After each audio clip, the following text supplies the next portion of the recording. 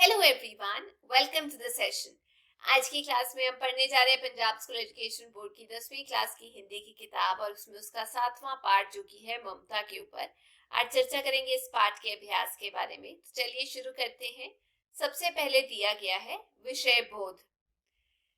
निम्नलिखित प्रश्नों के उत्तर एक या दो पंक्तियों में दीजिए। पहला प्रश्न है, ममता कौन थी? उत्तर, ममता रोहतास दुर्ग के मंत्री चूड़ामणि की पुत्री थी। दूसरा, मंत्री चूड़ामणि को किसकी चिंता थी? उत्तर, मंत्री चूड़ामणि को अपनी जवान विधवा बेटी के भविष्य तथा अपने दुर्ग के प्रति चिंता थी। तीसरा, मंत्री चूड़ामणि ने अपनी विधवा पुत्री ममता को उपहार में क्या देना चाहा? उत्तर, मंत्री चूड़ामणि ने अपनी पुत्री ममता को सोने चांदी के आभूषण उपहार में देने चाहे। चौथा, डोलियों में छिपकर दुर्ग के अंदर कौन आए? उत्तर, डोलियों में स्त्री वेश में शेरशाह के सिपाही छिपकर दुर्ग के अंदर आए। पांचवा, ममता रोहतास दुर्ग छोड़कर कहाँ रहने लगी? उत्तर, पिता चूड़ामणि की मृत्यु के बाद ममता राज्य को छोड़कर काशी के निकट बौद्ध विहार के खंडरों में झोंपड़ी बनाकर तपस्विनी के समान रहने लगी। 6वां, ममता से झोंपड़ी में किसने आश्रय मांगा? उत्तर, ममता से झोपड़ी में 7 देशों के नरेश हुमायूं ने आश्रय मांगा था जब वह चौसा युद्ध से जान बचाकर भाग आया था। 7वां, ममता पथिक को झोंपड़ी में स्थान देकर स्वयं कहाँ चली गई? उत्तर, ममता ने पथिक को झोंपड़ी में स्थान देकर स्वयं खंडरों में जाकर रात बिताई। 8वां, चौसा युद्ध किन किन के मध्य हुआ? उत्तर, चौसा युद्ध हुमायूं और शेरशाह सूरी के मध्य करमनासा नदी के पास चौसा नामक स्थान पर 26 जून सन 1539 में हुआ था, जिसमें युद्ध में हुमायूं परास्त हो गया था। 9वां प्रश्न, विश्राम के बाद जाते हुए पथिक ने मिर्जा को क्या आदेश दिया? उत्तर, विश्राम के बाद जाते हुए पथिक ने मिर्जा को आदेश दिया कि मिर्जा, उस स्त्री को मैं कुछ भी ना दे सका, उसका घर बनवा देना, क्योंकि विपत्ति में मैंने यहाँ आश्रय पाया था। ये स्थान भूलना मत। आगे निम्नलिखित प्रश्नों के उत्तर 3 या 4 पंक्तियों में दीजिए। पहला, ब्राह्मण चूड़ामणि कैसे मारा गया? उत्तर, ब्राह्मण चूड़ामणि रोहतास दुर्ग का मंत्री था। ममता रोहतास दुर्ग के मंत्री चूड़ामणि की बेटी थी। बेटी के भविष्य के प्रति चूड़ामणि सदैव चिंतित रहा करते थे। उन दिनों शेरशाह सूरी का शासन था। चूड़ामणि अपने दुर्ग की सुरक्षा के प्रति सदा चिंतित रहते थे। इसी उद्देश्य से उन्होंने शेरशाह सूरी से मित्रता की। संधि हुए अभी एक दिन भी नहीं बीता था कि शेरशाह सूरी ने उसके सिपाही स्त्री वेश में रोहतास दुर्ग में प्रवेश कर गए। चूड़ामणि को जब पता चला तो उसने आपत्ति की, किंतु पठान सैनिकों ने उसकी हत्या कर दी। दूसरा प्रश्न, ममता की जीर्ण कंकार अवस्था में उसकी सेवा कौन कर रही थी? उत्तर, ममता की आयु अब 70 वर्ष की हो चुकी थी। उसका जीर्ण कंकाल शरीर कमजोर हो पड़ा था। उसका जीर्ण कंकाल खांसी से गूंज रहा था। ममता की उस अवस्था में सेवा के लिए गांव की स्त्रियां उसे घेर कर बैठी थी। ममता आजीवन सबके दुख सुख ही सहभागिनी रही थी, इसलिए आज गांव की स्त्रियां ममता की सेवा कर रही थी। तीसरा, ममता ने झोंपड़ी में आए व्यक्ति की सहायता किस प्रकार की? उत्तर, एक रात जब ममता पूजा पाठ में मगन थी, उसने अपनी झोंपड़ी के द्वार पर एक भयानक सी शक्ल वाले व्यक्ति को खड़े देखा। वह व्यक्ति ममता से आश्रय की भीख मांग रहा था। पहले तो ममता उस मुगल की मदद नहीं करना चाहती थी, किंतु अतिथि देवो भव की भावना उसके अंदर कूट कूट कर भरी थी। इसीलिए अतिथि सेवा को अपना धर्म समझकर ममता ने उस थके मुगल को अपनी झोपड़ी में रात बिताने की आज्ञा दे दी और स्वयं खंडरों में जाकर रात बिताई। चौथा प्रश्न, ममता ने अपनी झोपड़ी के द्वार पर आए अश्वारोही को बुलाकर क्या कहा? उत्तर, ममता ने अपनी झोपड़ी के द्वार पर आए अश्वारोही को पास बुलाकर कहा, मुझे मालूम नहीं था कि वे शाहजहां हुमायूं था या कि कौन, पर एक दिन एक मुगल इस झोपड़ी में अवश्य रहा था। वे जाते जाते मेरा घर बनवा देने की आज्ञा दे गया था। मैं जीवन भर अपनी झोपड़ी के खोदे जाने के डर से डरती रही, पर अब मुझे कोई चिंता नहीं। अब मैं झोपड़ी छोड़कर जा रही हूँ। तुम इसकी जगह मकान बनाओ या महल, मेरे लिए कोई महत्व नहीं। पांचवा प्रश्न, हुमायूं द्वारा दिए गए आदेश का पालन कितने वर्षों बाद तथा किस रूप में हुआ? उत्तर, हुमायूं द्वारा दिए गए आदेश का पालन 47 वर्षों के बाद इतिहास के अनुसार महल का निर्माण सन 1588 के करीब मिलता है। जहां कभी हुमायूं ने चौसा के युद्ध से भागकर विश्राम किया था, इस स्थान पर रहने वाली एक स्त्री ने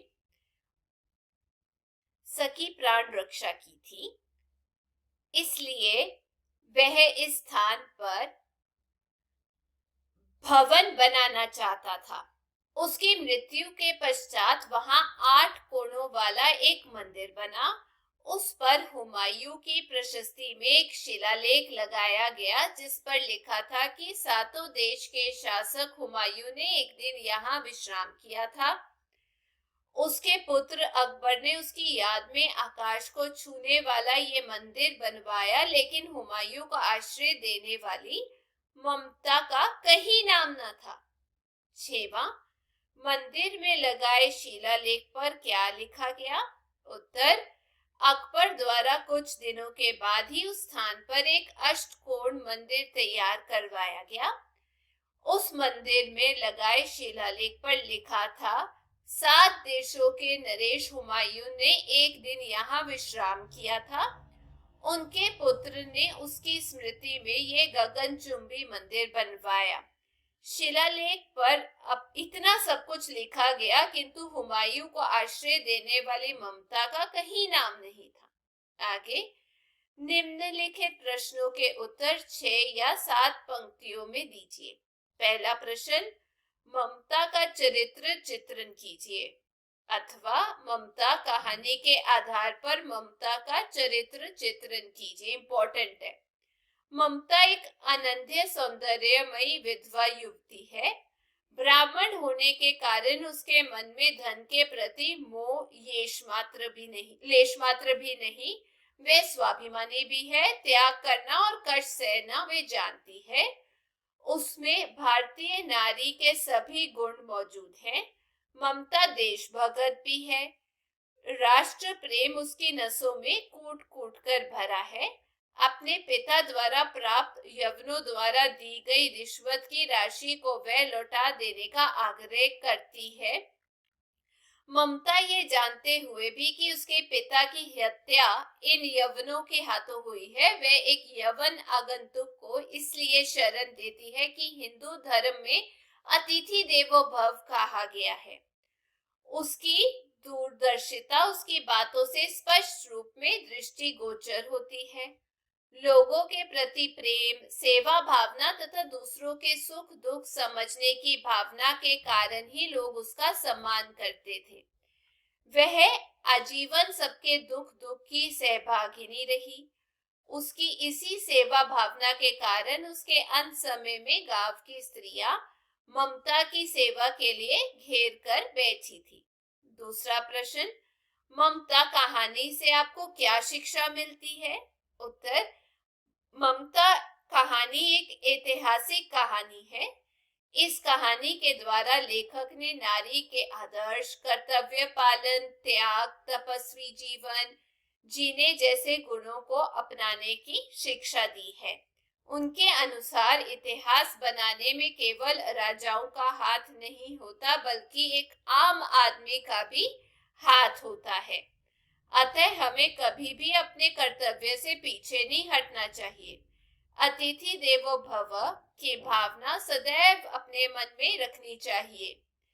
कहानी में ममता के संवादों से लेखक ने रिश्वत लेने तथा देश से गद्दारी को सर्वथा अनुचित बताया है। अतः कहानी हमें एक आदर्श व्यक्ति, देशभगत, आश्रयदाता, समाज सेवक, मृदभाषी आदि बनने की शिक्षा देती है। व्यक्ति की ममत्व की भावना तथा उसमें निहित उपकार भावना के भी दर्शन होते हैं। आगे भाषा बोध। निम्नलिखित शब्दों के विपरीत शब्द लिखिए। जैसे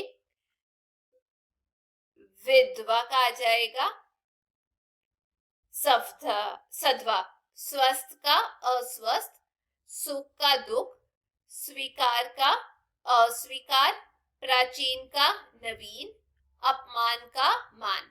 आगे निम्नलिखित शब्दों के दो दो पर्यायवाची शब्द लिखिए। जैसे बरसात का वर्षा, बरखा, चंद्रमा का चांद, शशि, माता का माँ, जननी, पक्षी का खग, पंछी, रात का रजनी और रात्रि। आगे रचनात्मक अभिव्यक्ति। यहाँ प्रश्न दिया गया है, असाधारण मनुष्य महलों में रहे या कुटिया में, वे सदा ही असाधारण रहते हैं।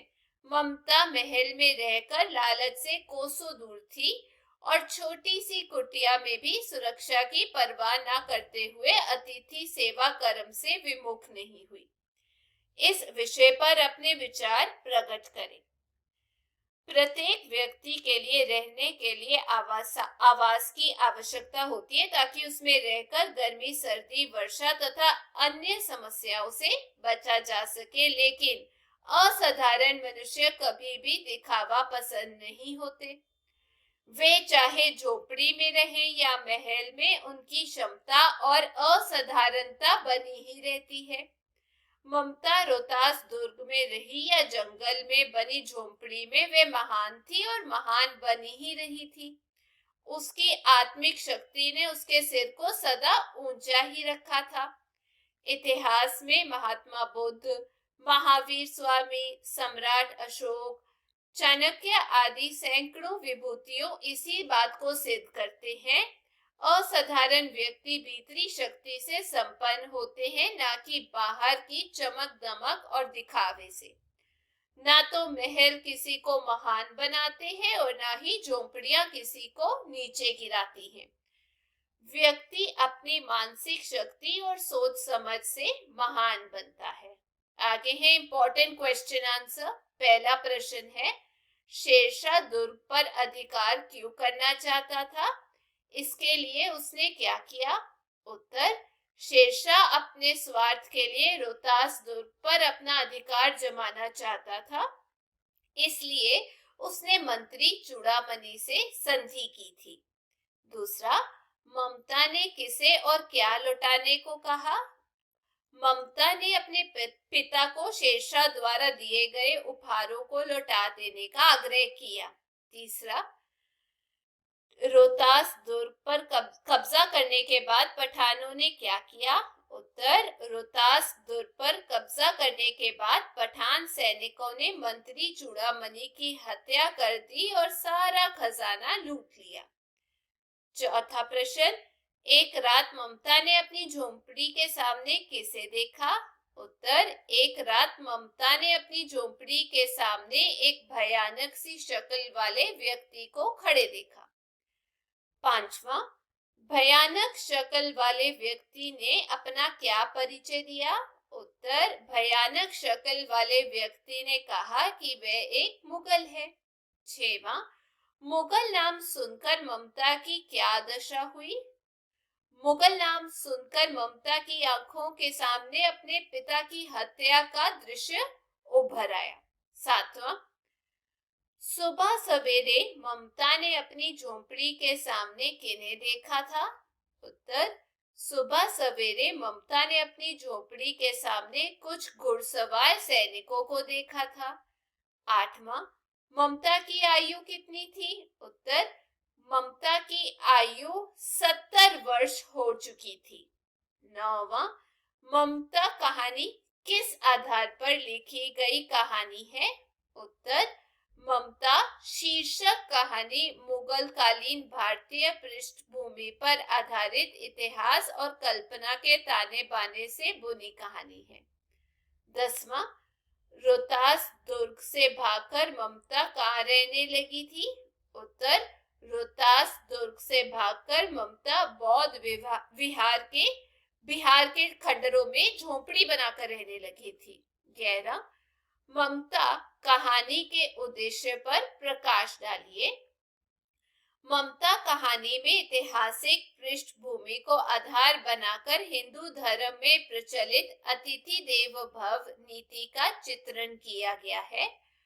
ममता ये जानते हुए भी कि इन्हीं यवनों ने उसके पिता की हत्या की है, एक यवन को इसी कारण आश्रय देती है कि वह अपनी सभ्यता और संस्कृति त्यागना नहीं चाहती। 12, ममता कहानी में इतिहास पर क्या व्यंग्य किया गया है? उत्तर, लेखक ने ममता कहानी द्वारा ये सिद्ध करने का प्रयास किया है कि बड़े बड़े सम्राटों को बनाने में जिन लोगों का हाथ रहा है, इतिहासकारों ने इतिहास में उन्हें जगह नहीं दी। परोक्ष रूप में ये इतिहास पर व्यंग्य ही तो है। लेखक के अनुसार इतिहास में ऐसे लोगों का उल्लेख अवश्य किया जाना चाहिए। 13, ममता कहानी में कौन से ऐतिहासिक पात्र और घटनाओं को कथा वस्तु का आधार बनाया गया है? उत्तर, ममता कहानी में हुमायूं, शेरशाह सूरी और रोहतास दुर्ग के मंत्री चूड़ामणि ऐतिहासिक पात्र हैं। शेरशाह सूरी द्वारा चूड़ामणि से मित्रता कर फिर उसे विश्वासघात कर उसकी हत्या करने की घटना ऐतिहासिक है। सन 1588 में अकबर द्वारा अष्टकोण महल बनाए जाने की घटना का उल्लेख भी इतिहास में मिलता है। 14, ममता ने अपने पिता को रिश्वत लेने पर क्या कहा? उत्तर, ममता ने अपने पिता से कहा, विपद के लिए इतना आयोजन? परम पिता की इच्छा के विरुद्ध इतना साहस? पिताजी, क्या भीख ना मिलेगी? क्या कोई हिंदू भूपृष्ठ पर ना बचा रह जाएगा जो ब्राह्मण को 2 मुट्ठी अन्न दे सके? ये संभव है? फिर दीजिए पिताजी। 15, यवन को ममता ने आश्रय क्या सोचकर दिया? उत्तर, ममता ने सोचा वे ब्राह्मणी है, अतिथि देव की उपासना के अपने धर्म का उसे पालन करना चाहिए, परंतु सब विधर्मी दया के पात्र नहीं, पर ये दया तो नहीं कर्तव्य करना है। 16, अकबर ने अष्टकोण मंदिर पर कौन सा शिलालेख लगवाया? उत्तर, ममता की झोंपड़ी के स्थान पर एक अष्टकोण मंदिर बना और उस पर शिलालेख लगवाया गया। सातों देश के नरेश हुमायूं ने एक दिन यहाँ विश्राम किया था।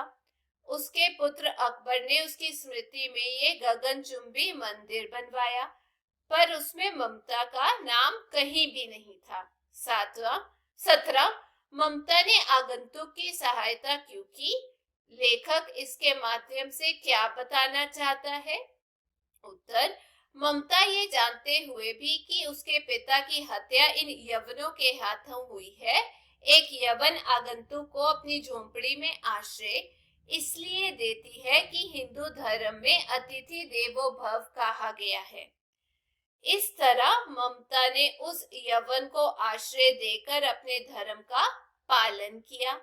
ममता कहती है, मैं ब्राह्मणी हूँ, मुझे तो अपने धर्म अतिथि देव की उपासना का पालन करना होगा। प्रसाद जी यहाँ सिद्ध करना चाहते हैं कि विदेशियों ने अपनी मान मर्यादा को त्याग दिया है, तो क्या हम भारतीय भी उसे त्याग दें? ममता के चरित्र द्वारा भारतीय नारी की कर्तव्य निष्ठा एवं धर्म परायणता को भी पाठकों को याद दिलाना चाहते हैं। 18वां प्रश्न, कहानी में वर्णित ममता पात्र ऐतिहासिक था, स्पष्ट कीजिए। प्रसाद जी ने इन दो ऐतिहासिक तथ्यों को अपनी कल्पना का पुट देकर ममता के काल्पनिक पात्र का निर्माण कर भारतीय हिंदू विधवा की विडंबना एवं मानवीय त्रासदी, हिंदू धर्म की गौरव गाथा का मार्मिक चित्रण किया है। कहानी पढ़कर हमें ममता का पात्र पूर्णतः ऐतिहासिक ही जान पड़ता है, बल्कि यदि यूं कहा जाए कि पूरी की पूरी कहानी ही ऐतिहासिक प्रतीत होती है। पाठक का ध्यान एक पल के लिए भी इस ओर नहीं जाता कि वह 50 वर्षों तक फैली कहानी पढ़ रहा है। प्रसाद जी ने ऐतिहासिक वातावरण की सृष्टि में कल्पना का योग अत्यंत कुशलता से किया है। 19, कहानी के तत्वों के आधार पर ममता कहानी की समीक्षा कीजिए। उत्तर, श्री जयशंकर प्रसाद द्वारा लिखित ममता शीर्षक कहानी को हम ऐतिहासिक पृष्ठभूमि में लिखी गई कहानी मानते हैं। प्रसाद जी ने इस कहानी में इतिहास और कल्पना का अद्भुत मिश्रण करते हुए एक और भारतीय हिंदू विधवा के त्याग, कर्तव्य पालन एवं ममत्व का चित्रण किया है, तो दूसरी ओर इतिहास द्वारा उपेक्षित महान व्यक्तियों को भी इतिहास में स्थान दिए जाने की मांग प्रस्तुत की है। 20वां, ममता कहानी में लेखक ने मुगल कालीन किन घटनाओं का वर्णन किया है?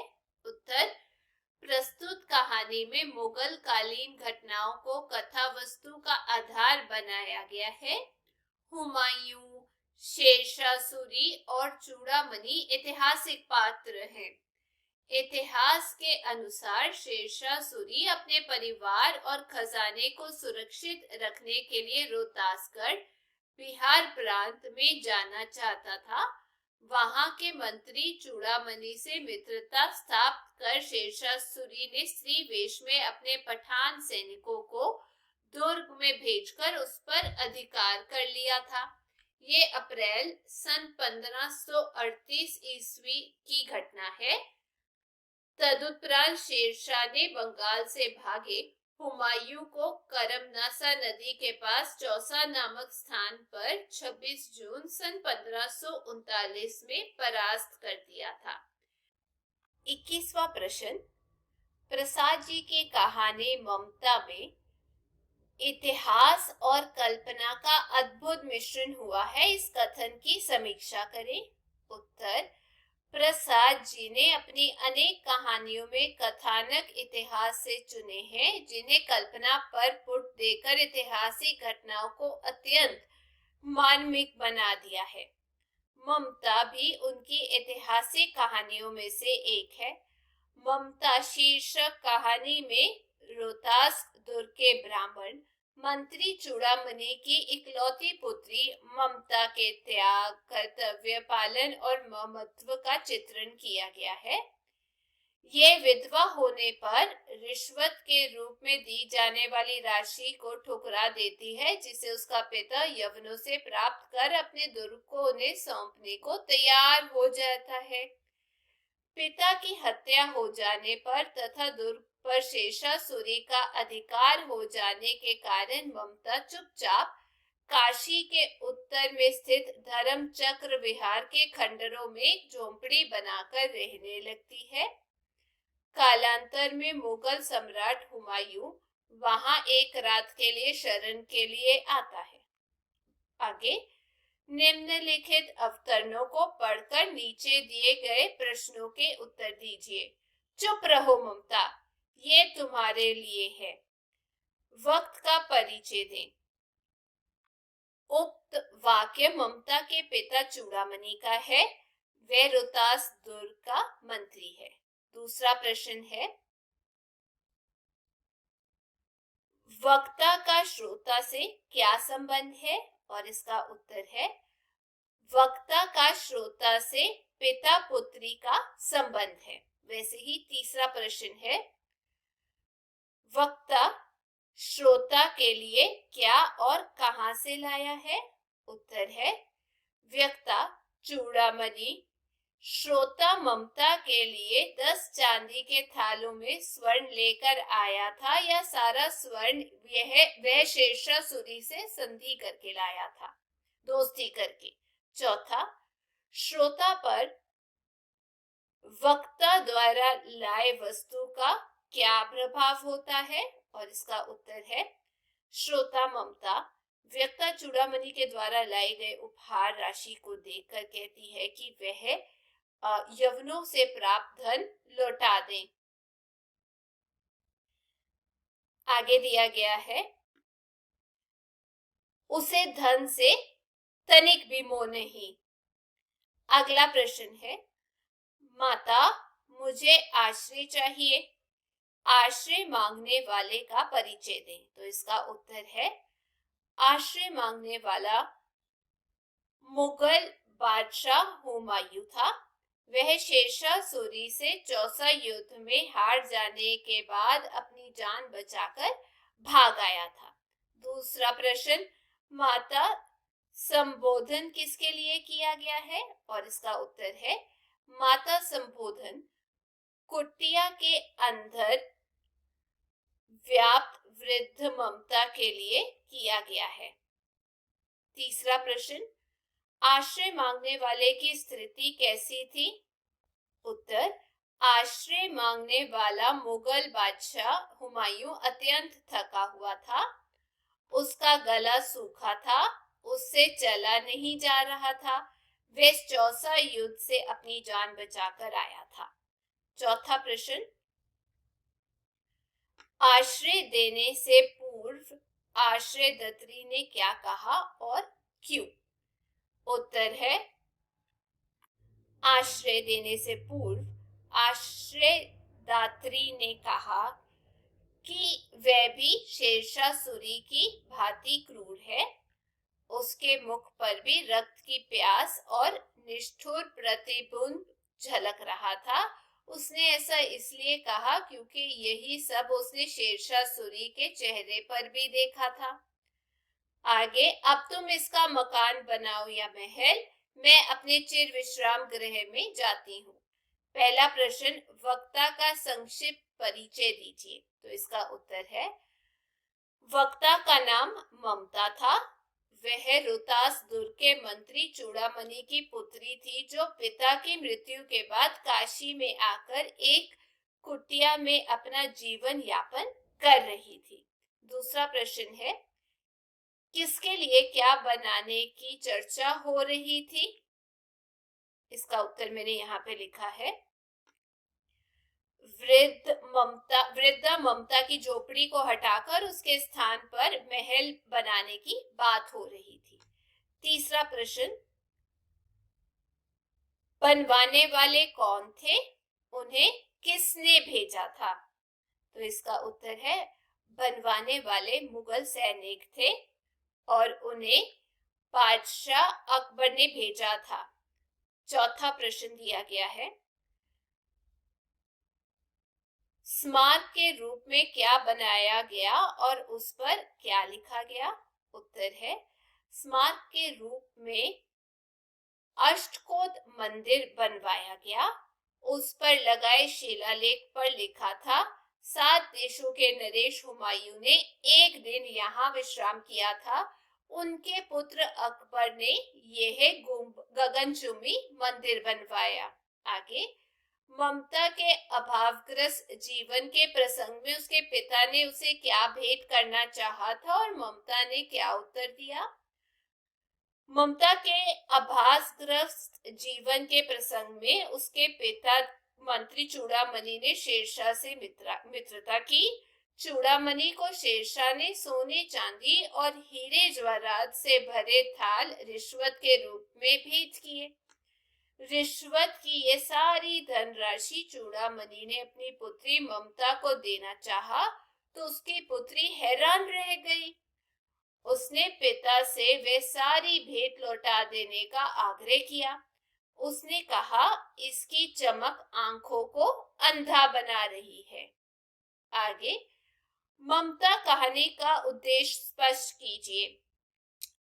श्री जयशंकर प्रसाद जी द्वारा लिखित ममता शीर्षक कहानी मुगल कालीन भारतीय पृष्ठभूमि पर आधारित इतिहास और कल्पना के ताने बाने से बुनी गई है। प्रसाद जी ने प्रस्तुत कहानी में एक विधवा हिंदू युवती की निराशा एवं विवशता तथा संत्रस्त मन स्थिति का चित्रण करते हुए उसके उदार हृदय में विद्यमान अतिथि सेवा का धर्म एवं असीम करुणा का सजीव एवं मानविक रूप प्रस्तुत किया है। ममता के एक अनन्य सौंदर्यमयी विधवा युवती है। ब्राह्मण होने के कारण उसने धन के प्रति मोह येश मात्र भी नहीं है।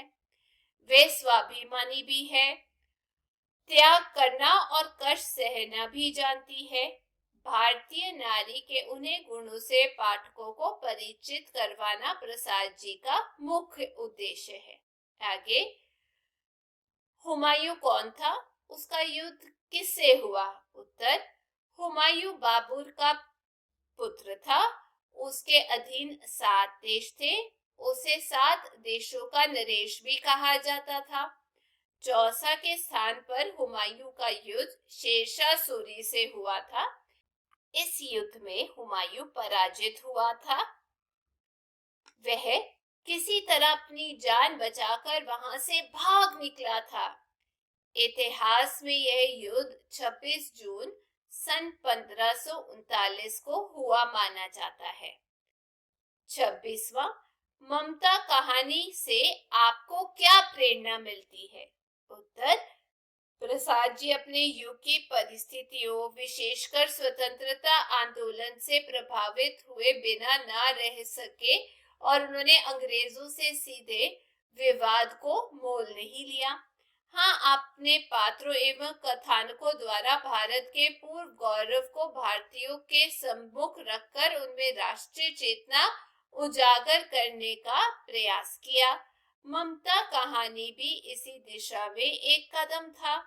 प्रसाद जी ने ममता को देशभक्त और राष्ट्र प्रेम से परिपूर्ण पात्र के रूप में चित्रित किया है। इसका प्रभाव हमें उस समय मिलता है जब वे यवनों द्वारा दी जाने वाली रिश्वत को लौटा देने का आग्रह करती हुई अपने पिता से कहती है, हम ब्राह्मण हैं, इतना सोना लेकर क्या करेंगे? विपद के लिए इतना आयोजन, परम पिता की इच्छा के विरुद्ध इतना साहस। पिताजी, क्या भीख ना मिलेगी? क्या कोई हिंदू भूपृष्ठ पर बचा न रह सकेगा जो ब्राह्मण को 2 मुट्ठी अन्न दे सके? ममता के इन शब्दों के द्वारा प्रसाद जी देश के उन गद्दारों को सुचेत करना चाहते हैं जो अपने स्वार्थ के लिए देश हित को भी बेचने से बाज नहीं आते। इसके साथ साथ देशवासियों में प्रेम के देश के प्रति कुछ करने की भावना जगाना चाहते हैं। आगे, एक पंक्ति में उत्तरात्मक प्रश्न। पहला, शेरशाह ने मंत्री चूड़ामणि से संधि क्यों की? उत्तर, शेरशाह ने मंत्री चूड़ामणि से संधि रोहतास दुर्ग पर अपना अधिकार करने के लिए की। दूसरा प्रश्न, किनके भय से ममता बौद्ध विहार के खंडरों में रहने लगी? मुगलों के भय से ममता बौद्ध विहार के खंडरों में रहने लगी थी। तीसरा, माता मुझे आश्रय चाहिए, ये कथन किसका है? ये कथन मुगल बादशाह हुमायूं का है। चौथा, किसे धन से तनिक भी मोह नहीं था? उत्तर, ममता को धन का तनिक भी मोह नहीं था। आगे बहुविकल्पी प्रश्न दिए गए हैं। पहला प्रश्न है यहाँ पर, ममता की आयु कितनी थी? 60, 70, 50 या 80? उत्तर है 70। दूसरा, अब तुम इसका मकान बनाओ या महल, कथन किसका है? हुमायूं का, चूड़ामणि का, ममता का या सलमा का? उत्तर है ममता का। तीसरा, ममता कहानी के समय देश में किसका शासन था? अकबर, हुमायूं, मिर्जा या शेरशाह? उत्तर शेरशाह का। आगे एक शब्द, हाँ नहीं, सही गलत, रिक्त स्थानों की पूर्ति के प्रश्न। पहला, रोहतास दुर्ग किस नदी के किनारे बना हुआ था? उत्तर है इसका शोण। दूसरा, चूड़ामणि बेटी के लिए उपहार में वस्त्र लेकर आए, हाँ या नहीं में उत्तर दें। नहीं, गहने लाए थे। तीसरा, काशी के उत्तर में भगन चूड़ा धर्मचक्र विहार मौर्य और गुप्त सम्राटों की कीर्ति का खंडर था, हाँ या नहीं? उत्तर है हाँ। चौथा, हुमायूं चौसा युद्ध में शेरशाह से पराजित हो गया था, सही या गलत लिखकर उत्तर दें। यह है सही। पांचवा प्रश्न, ममता आजीवन सबके सुख दुख की सहभागिनी नहीं रही थी, सही या गलत लिखकर उत्तर दें। ये गलत है। छवा, वहां एक डैश मंदिर बना, अष्टकोण। सातवां, वह डैश में चली गई, मृगदाव। आठवां, सैकड़ों डैश उस प्रांत में घूम रहे हैं, उत्तर है अश्वारोही। तो ये था इस पाठ का अभ्यास। मैं उम्मीद करती हूँ आप सबको समझ आ गया होगा। यदि आपको वीडियो अच्छी लगी तो चैनल को लाइक शेयर सब्सक्राइब जरूर कीजिएगा। फिर मिलेंगे। Till then take care, bye bye.